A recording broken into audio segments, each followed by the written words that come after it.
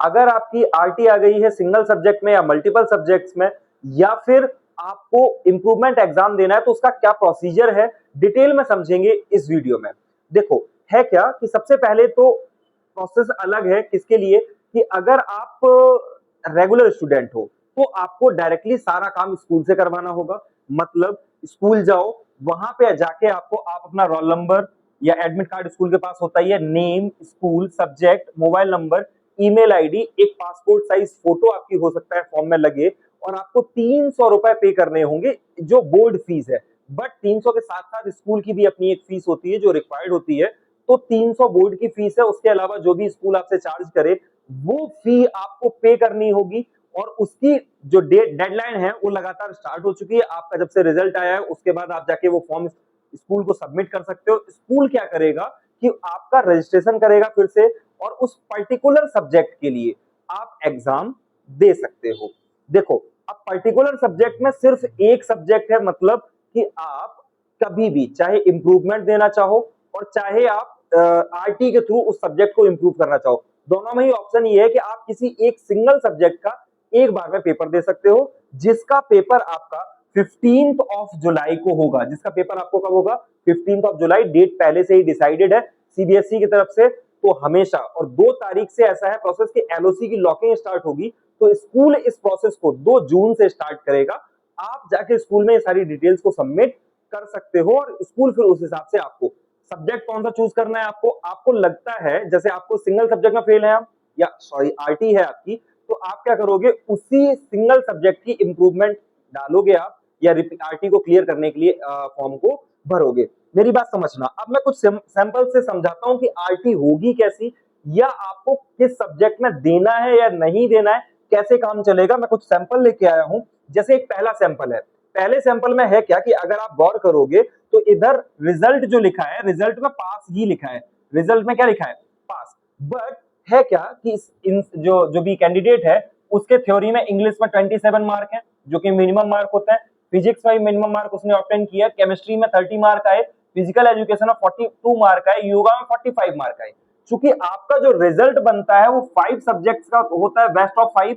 आजकल जो सीबीएसई का सिस्टम है उसमें क्या है कि आप 6 सब्जेक्ट ले सकते हो, बेस्ट ऑफ 5 से आपका रिजल्ट बनेगा। टोटल रिजल्ट में आप पास शो होगे। टोटल रिजल्ट में आप कैसे शो होगे? पास शो होगे। बट इस कैंडिडेट के मैथमेटिक्स में 16 मार्क है। मैथमेटिक्स में कितने मार्क है? 16, जो आपको मिनिमम शायद 26 27 चाहिए होते हैं। अब इस सब्जेक्ट इसमें कम मार्क आने के कारण यहां पे एक लिखा वर्ड आया है आरटी। अब क्या इस कैंडिडेट को इस आरटी को क्लियर करना जरूरी है? तो सुनो, देखो है क्या कि अगर ये कैंडिडेट चाहेगा कि मुझे कोई भी ऐसी टेक्निकल डिग्री करनी है जिसमें मैथमेटिक्स की जरूरत हो, लाइक बीएससी बीटेक कोई भी चीज पढ़नी है इसको, तो उसको मैथमेटिक्स की ये आरटी क्लियर करनी पड़ेगी। क्योंकि वहां जब यूनिवर्सिटी चेक करेगी आपकी, तो वो ये चाहेगी कि आपकी यहाँ आरटी ना हो। बात समझ में आई? तो अगर कोई कैंडिडेट ऐसा है जिसके मेन सब्जेक्ट्स में आरटी है, like physics, chemistry and mathematics, तो फिर उसको ये ध्यान रखना है कि आपको आरटी को क्लियर करना जरूरी है। अगर आप टेक्निकल फील्ड में जा रहे हो तो, अगर उसके बाद आपका मन है कि हम आर्ट साइड ले लेंगे या ह्यूमैनिटीज ले लेंगे या कॉमर्स ले लेंगे, अगर उनमें रिक्वायरमेंट नहीं है तो आपको ये आरटी क्लियर करनी जरूरी नहीं है। अब अगर आप इसे क्लियर करना चाहते हो तो फिर स्कूल जाओ, फॉर्म भरो, और फॉर्म की फीस स्कूल के, मतलब वैसे बोर्ड की फीस तो 300 के अराउंड है, 300 ही है। उसके बाद स्कूल फीस अलग होती है, वो फीस आपसे वसूली जाएगी और आपको दे दिया जाएगा। अब सेकंड सैंपल की तरफ चलते हैं। सेकंड सैंपल में क्या है कि आप अगर देखोगे तो रिजल्ट में लिख के आया है कंपार्टमेंट। रिजल्ट में लिख के आया है कंपार्टमेंट। इसमें हुआ क्या है, कैंडिडेट ने थ्योरी में इंग्लिश में 36 मार्क है, फिजिक्स में जस्ट पास है, केमिस्ट्री में 13 मार्क है, और इधर मैथमेटिक्स में 14 मार्क है, और इधर भी आरटी लिखा हुआ है और इधर भी आरटी लिखा हुआ है। अब इस कैंडिडेट के साथ क्या दिक्कत है कि इसको कम से कम चाहे ये केमिस्ट्री की आरटी दे दे और चाहे ये मैथमेटिक्स की आरटी दे दे, क्योंकि सिर्फ एक एग्जाम दे सकते हो आप। जब इंप्रूवमेंट एग्जाम दोगे तो सिर्फ एक एग्जाम दे सकते हो। तो जब ये एक एग्जाम इसमें से किसी एक को, जिसपे इसकी कमांड इसको लगता है कि मैं इसको क्लियर कर लूंगा, उसकी ये आरटी देके इसको क्लियर कर सकता है। बात समझ में आई? और इसके लिए भी एक ही कैंडिडेट, सेम डेट को सबका पेपर होगा 15th ऑफ जुलाई को। मतलब आपके मल्टीपल सब्जेक्ट्स के पेपर होंगे तो, बट एक ही सिंगल टाइम में एक पेपर आप दे सकते हो जिसको आप क्लियर कर सकते हो। तब ये कंपार्टमेंट की जगह पास लिख के आपका आ जाएगा अगर आप उसमें पास हो गए तो। देखो होता क्या है कि आपके पास बहुत अच्छा सा चांस होता है, एक सब्जेक्ट पढ़ना होता है, अभी 2 महीने का लगभग पीरियड आपको टाइम मिलेगा, तो 2 महीने में आप किसी एक सिंगल सब्जेक्ट के अगर 10-10 क्वेश्चन, 2-2 क्वेश्चन, 4-4 क्वेश्चन भी करोगे तो आपको वो कंठस्थ हो जाएंगे। किसी अच्छे से टीचर से मिलो जो एक्सपीरियंस हो, वो आपको क्या करेगा कि वो पिछले या फिर 10 साल के क्वेश्चन उठाओ, उन सारे 10 साल के क्वेश्चन पेपर को उठा के उनको सॉल्व कर डालो, तो आपकी ये आरटी बहुत आसानी से क्लियर हो जाएगी। और जो लोग इंप्रूवमेंट देना चाहते हैं उनके लिए कोई दिक्कत नहीं, इंप्रूवमेंट वाले किसी भी जगह एक ही सब्जेक्ट का वो भी दे सकते हैं, इंप्रूव कर सकते हैं उसको। अभी मैं आपको ये भी बताऊंगा कि कितनी बार ये एग्जाम आप दे सकते हो। एक सैंपल और ले लेते हैं।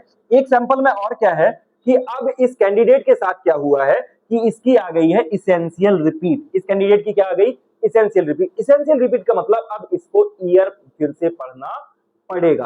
क्यों पढ़ना पड़ेगा उसको देखो, समझो।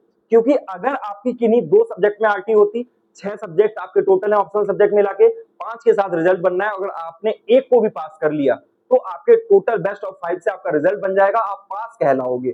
बट इस रिजल्ट में क्या हुआ है कि आपकी मैथमेटिक्स में भी आरटी है, 10 नंबर है, फिजिक्स में भी आरटी है, 7 नंबर है, केमिस्ट्री में भी आरटी है और 12 नंबर है, योगा में भी आरटी है, इसमें 10 नंबर है। अब कुल मिला के 4 सब्जेक्ट में इंसान क्या है?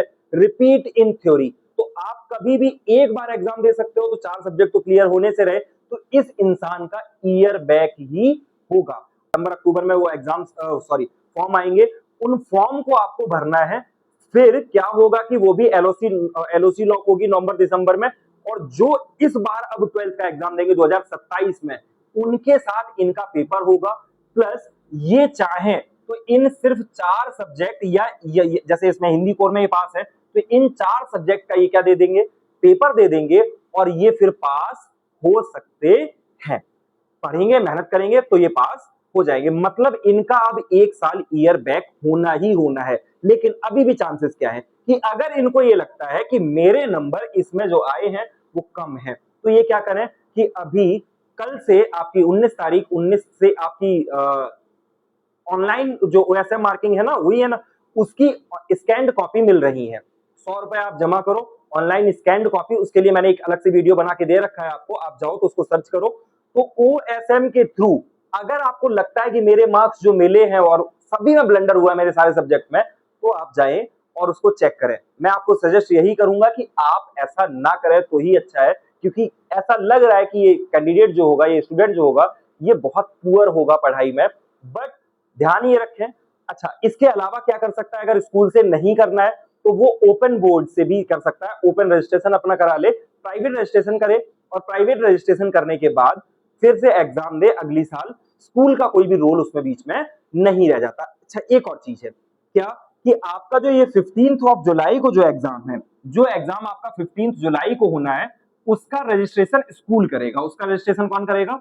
स्कूल करेगा। बट जो एग्जाम आपका अगली साल होगा, या एक एग्जाम आप मतलब एक बार फॉर्म आएंगे आपके सितंबर में, जब सितंबर में जो सितंबर अक्टूबर के टाइम पे जो फॉर्म आएंगे, उन फॉर्म में आपको क्या करना है कि जब आप उनको फॉर्म भरोगे, वैसे वो भी अगर आप चाहो तो स्कूल की तरफ से भर सकते हो, या चाहो तो इसको प्राइवेट कर सकते हो। प्राइवेट करने में क्या है कि आप ये फॉर्म भर दोगे, जो बोर्ड की फीस होगी आप उसको पे कर दोगे, उसके बाद आप रेगुलर तरीके से अपने एग्जाम्स को दे सकते हो। अगर उसके बाद भी अगले साल भी आप मान लेते हैं रिपीट आ गई, आपकी आरटी आ गई, तब आपको स्कूल से कनेक्ट नहीं करना है, जाके आपको ही ऑप्शन मिलेगा। तो शुरुआत में मैंने आपको बताया था कि अगर आप रेगुलर हैं तो आपके साथ ये है।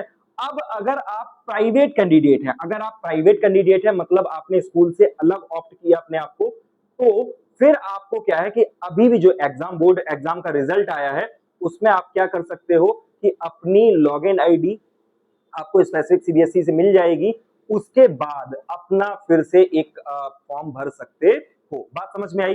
कुल मिला के क्लास मत करना, अपने दिमाग में मत रखना। जो लोग रेगुलर हैं उनको स्कूल से कनेक्ट करना ही पड़ेगा। स्कूल से कांटेक्ट करो जाके आप। स्कूल में जो फॉर्म आजकल सारे स्कूल में भरे जा रहे होंगे, उन स्कूल में जाओ, अपने स्कूल को कांटेक्ट करो और वहां जाके वो फॉर्म को भर दो। होप आपको ये बात समझ में आई होगी क्लियर कि आपको कैसे क्या क्या करना है। तो इंपॉर्टेंट डेट्स को याद रखो। इंपॉर्टेंट डेट्स क्या है कि अभी से जाके आप रजिस्ट्रेशन कराओ, और उसके बाद 15 तारीख को एग्जाम है, 15 जुलाई को, तो उसकी तैयारी में जुट जाओ। जितने आपके प्रीवियस ईयर के क्वेश्चन है उनको अगर आप लगा डालोगे 10 साल के, तो डेफिनेट है कि आपका ये एग्जाम निकल जाएगा।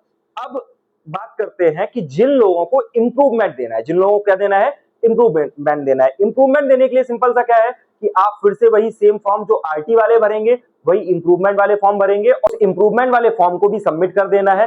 फिर आपका एडमिट कार्ड लगभग 5 से 10 दिन पहले रिलीज हो जाएगा।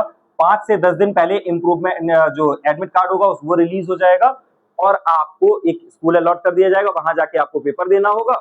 और अगर आपके नंबर इंप्रूव हो जाते हैं तो फिर वो इंप्रूव्ड वाले मार्क्स चढ़ के आएंगे।